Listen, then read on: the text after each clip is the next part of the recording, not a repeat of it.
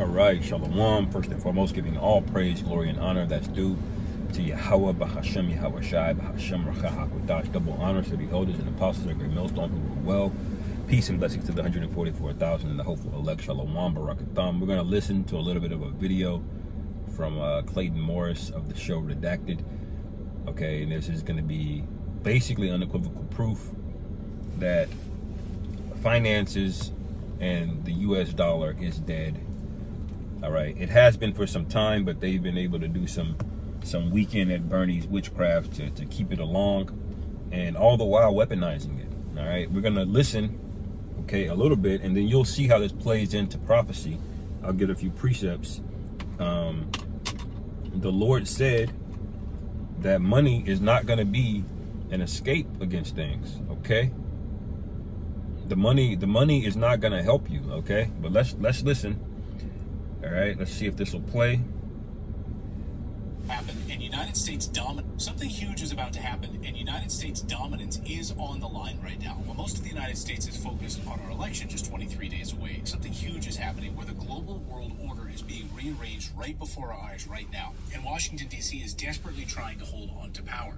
There is a global war that is quietly happening that they don't want you to know about.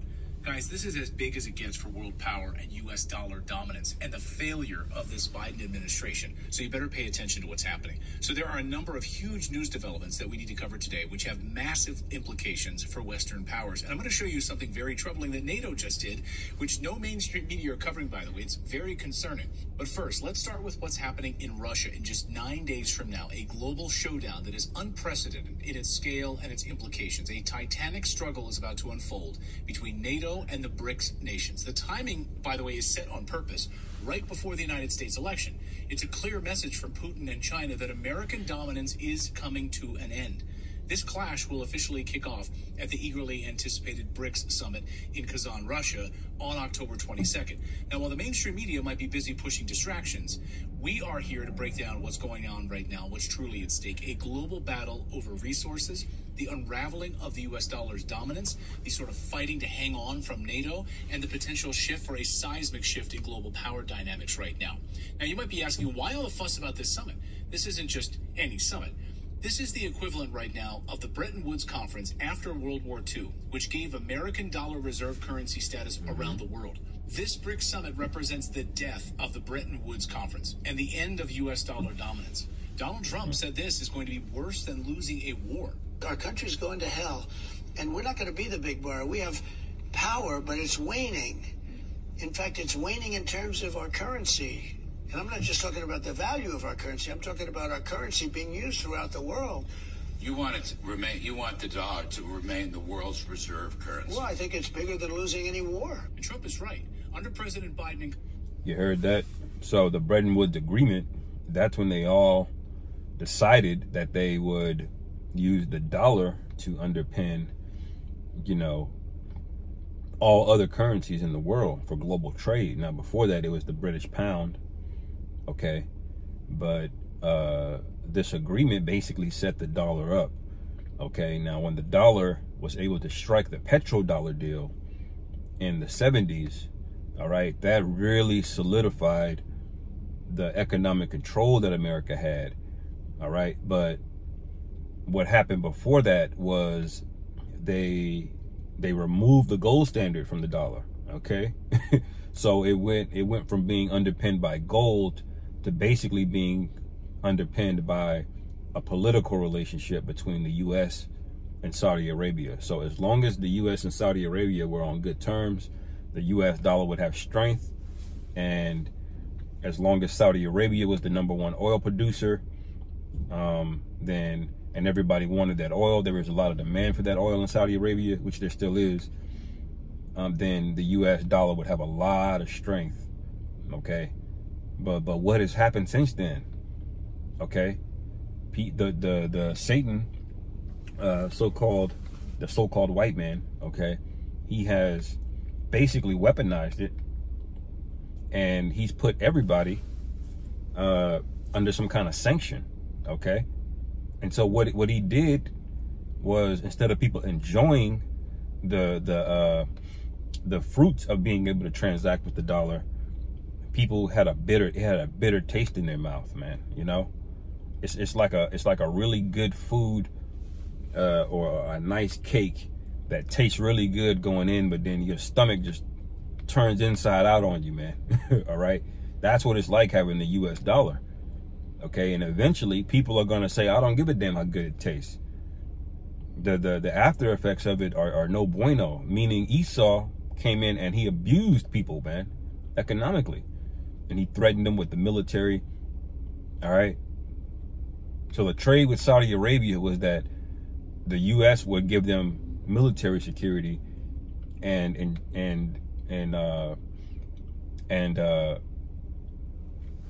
exchange for them only selling their oil through the US dollar. Meaning if you wanted to buy oil from Saudi Arabia, you had to convert it to a US dollar first, and then trade. The US would defend Saudi and the region, and this expanded their military capability. Okay, and so Esau has been, he's abused that. Now, if you know, last year, I believe the Saudi, they were like done.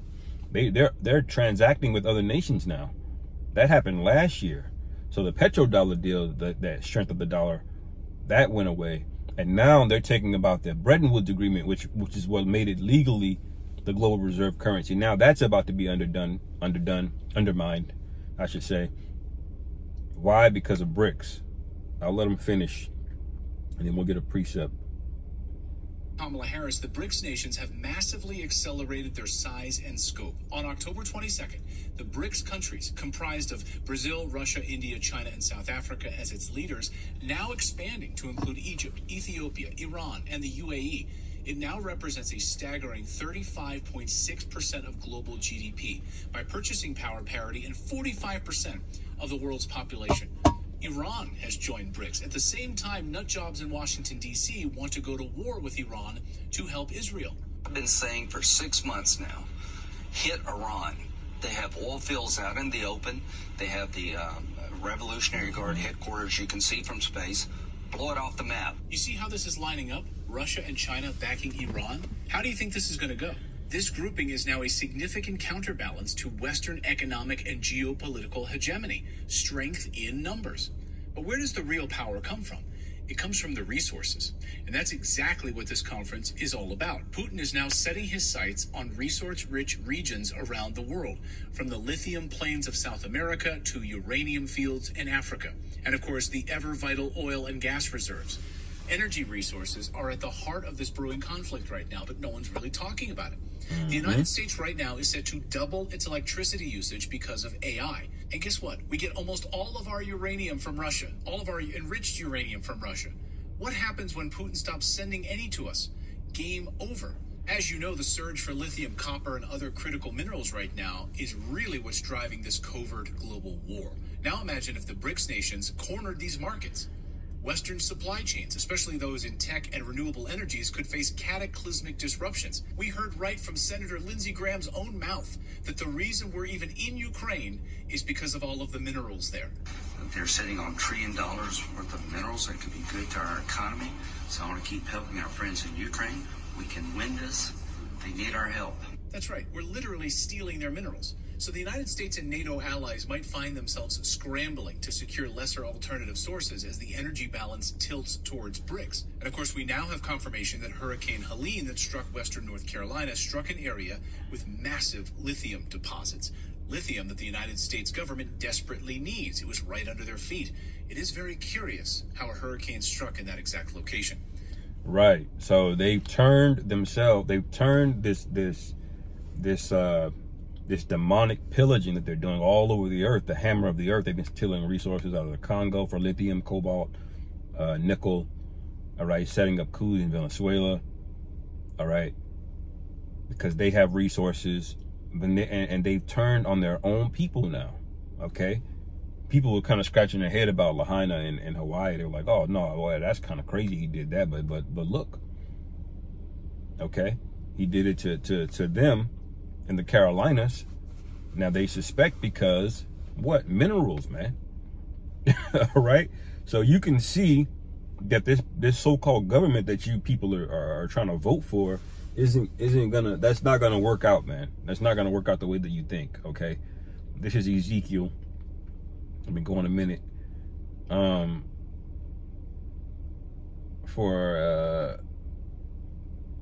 me see here.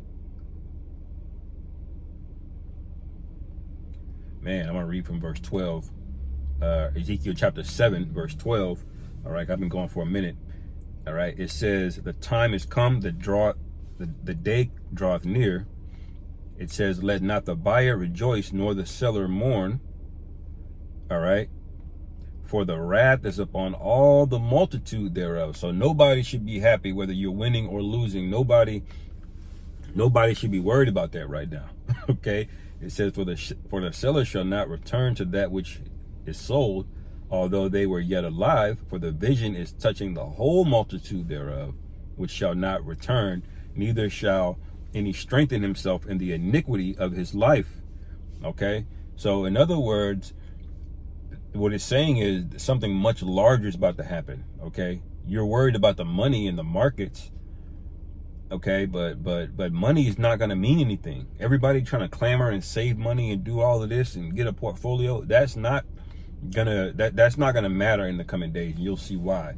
Verse 14, they have blown the trumpet even to make all ready, but none goeth to the battle, for my wrath is upon all the multitude. I mean, the Lord he's got an issue with everybody, man. Everybody outside of the elect, you have a very, very, very good reason to fear. Okay, and even the elect are going to be in the spirit of fear, because we understand that we don't know if our names are written yet. You know, Lord willing, I be of that number, and all of the sincere Akim and the sincere Akwath are sisters that are out there. Okay, it says, the sword is without, and the pestilence and the famine within. He that is in the field shall die with the sword, and he that is in the city, famine and pestilence shall devour him. All right. So what you trading ain't gonna mean nothing, man. You know, the balance in your Chase account or your Bank of America account or on your Cash App card ain't gonna mean a goddamn thing. All right. And it says, and it's because the US dollar is going under. Okay, and it's dragging all of the countries into it, and it's gonna lead to war. Okay, and it says, verse 16, but they that escape of them shall escape, and shall be on the mountains like doves of the valleys, all of them mourning, every one for his iniquity. Man, I mean, you're into the mountains, that means you fled. Okay, these people, ask those people in Carolinas, man, they're already experiencing 2nd Ezra 15. Okay, they're in the mountains mourning right now. Go ask them how much money they had in their bank account and how much that matters now. Now that your homes have been swept away and FEMA is turned against you. They're asking you to apply to people that don't even have a home, let alone electricity. They're asking you to go online and apply, and then maybe we'll give you $700. And a lot of people are getting denied from that. Okay, so what are they doing? They're panicking. They're out there in the mountains. Okay, the Tar Heels. Okay. Says verse 17, all hands shall be feeble, and all knees shall be weak as water. Okay, why? Because you people don't know anything. You don't have any kind of knowledge or wisdom. All right, you don't have any kind of integrity. There's hardly any men left. A lot of these men that are so-called heads of household in their family, your woman runs you, man. Your wife is really in charge. And so what do you think is going to happen in calamity, man?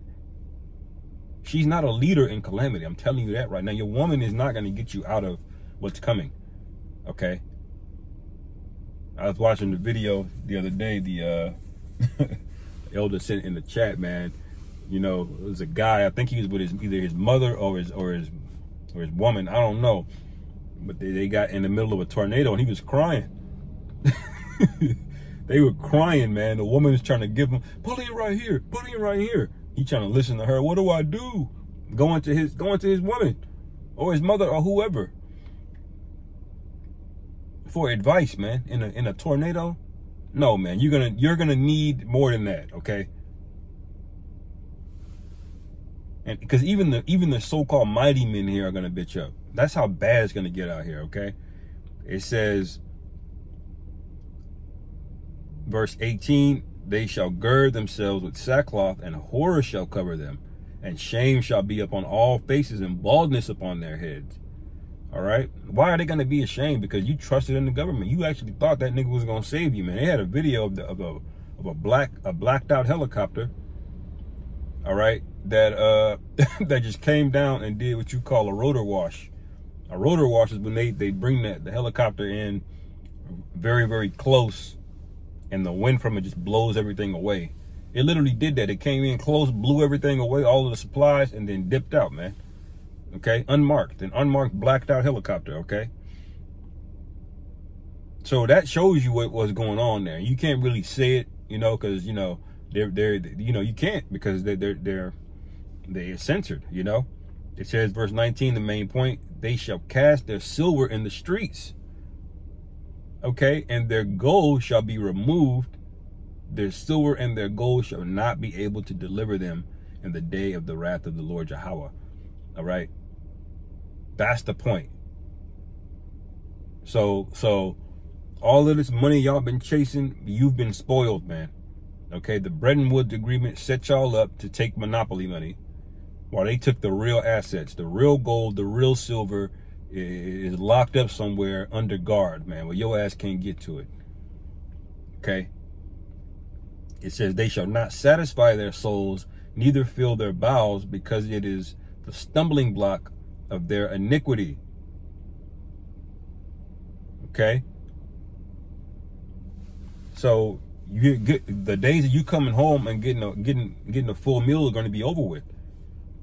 All right. But the elect, the scripture said, the elect shall eat. My servants shall eat. My servants shall drink. But y'all are going to be thirsty. Because we got the real treasure here, man. Let's see what else he has to say. So the U.S. government has the perfect opportunity for a land grab now in Western North Carolina. Now, resources are one thing. Now let's talk about currency. With the BRICS summit only days away, there's more than just mere speculation that they're about to launch a new currency backed by gold. This new currency will aim to remove the U.S. dollar as the reserve currency of the world. As economist and gold expert Peter Schiff just said, this is the fault of the Biden administration, putting severe sanctions on Russia that drove them to do this. Peter, how about it? I don't see anything good of the BRICS nations coming together and strategizing, as they say, to pretty much take over the world and screw over the West, which is us. Yeah. I'm a little concerned. Shouldn't we be worried? Well, we should be. And first of all, they supply us with a lot of goods, but they also have loaned us a lot of money. The United States really depends on the dollar as the reserve currency. But what we did with those sanctions, we gave the world a powerful reason not to want to be a part of that system anymore. So Schiff is right. We're feeling these monstrous effects on American soil. The effects of these shifts are palpable. For instance, we're witnessing a surge in core producer price inflation this week. As Zero Hedge reports, even as energy prices temporarily sag, the food and services costs continue to climb. Americans are feeling these pressures acutely. I'm sure you are. Right at the gas pump, at the grocery store, with heating bills. How many of you are experiencing the doubling of your grocery bills right now? Let me know down below. Americans are restless. They're sick of... And they're doing that on purpose. Food does not cost that much more to produce. They're just gouging you. All right? They're gouging you. It should be easier than ever, okay, to buy food. Okay? But what does the scripture say? This guy has he's got a false balance, man. Proverbs 11:1. A false balance is an abomination to the Lord Yahweh, but a just weight is his delight. Now, a just balance in the case of this currency would be something backed by a commodity, something that some shadowy figures can just print behind the scenes to do some mathematical witchcraft, you know, which all it does is it gives you convenience on the short end, but it stacks up insurmountable debt on the back end. All right. And eventually that insurmountable debt has to be serviced. Okay. And because you've gotten so used to getting that short term quick fix, that hit, you didn't develop any kind of habits for saving. You didn't develop any kind of habits for generating extra income while your debt is piling up. All right. And so that he basically stole everything from you, man, from his own people. And it's beautiful because when you ask the average everyday person, you know, should the Native Americans get their land back, they'll say no. All right? Because they know what that means. That means they got to go. They got to give up their goodies. You know? And they ultimately don't care about you, man. But now they're crying out. So that's beautiful. All right? I'll read a few more verses of that, actually. It says, verse 2, when the pride cometh, then cometh shame. But with the lowly is wisdom, okay? So y'all are proud as hell, man. And now you're ashamed of it. Y'all used to be proud to be an American. You know, you remember Hulk Hogan, that theme music come out? All right? Now look at you, all right? And it says, verse 3, the integrity of the upright shall guide them. All right, but the perverseness of transgressors shall destroy them. See, we have integrity, man. All right. So we're going to be preserved in that day. You can read Job, the 5th chapter. Okay, Isaiah 63, or it might be 65. My servant shall eat. It says, verse 4. Proverbs 11:4, riches profit not in the day of wrath, but the righteousness delivereth from death, man. So the riches are not going to preserve you, LeBron James, Floyd Mayweather, okay? The best asset that you could possibly have right now is going to be actual assets, food. If you got a bunker, that's the best asset you have, and that actually means nothing. Okay, all you're going to do is delay your destruction for maybe, what, a couple weeks? That ain't shit, man. Okay? Your best defense is people not knowing that it's there. Your best defense for a bunker is ignorance. It's for people to not know that you're there. Even if you have blast doors, man. Okay? It's only a matter of time before they get through those blast doors. Okay? You see? So your best bet is for somebody to not know where you are, man. And then that don't matter, man. Okay? People are going to be fighting, man. Okay? This is going to get bloody. Very, very, very bloody, because the average person doesn't realize how much blood was shed to build this place up. And the Most High's got a blood in, blood out policy, man. Okay? You can read Numbers, the 35th chapter. The land cannot be polluted, cannot be cleansed, except by the blood of them that shed it, man. All right? If the land is polluted, the only way to clean it up is by the man that shed it. Okay? And that's a lot of you so-called Americans here, man. Especially you Edomites. Okay?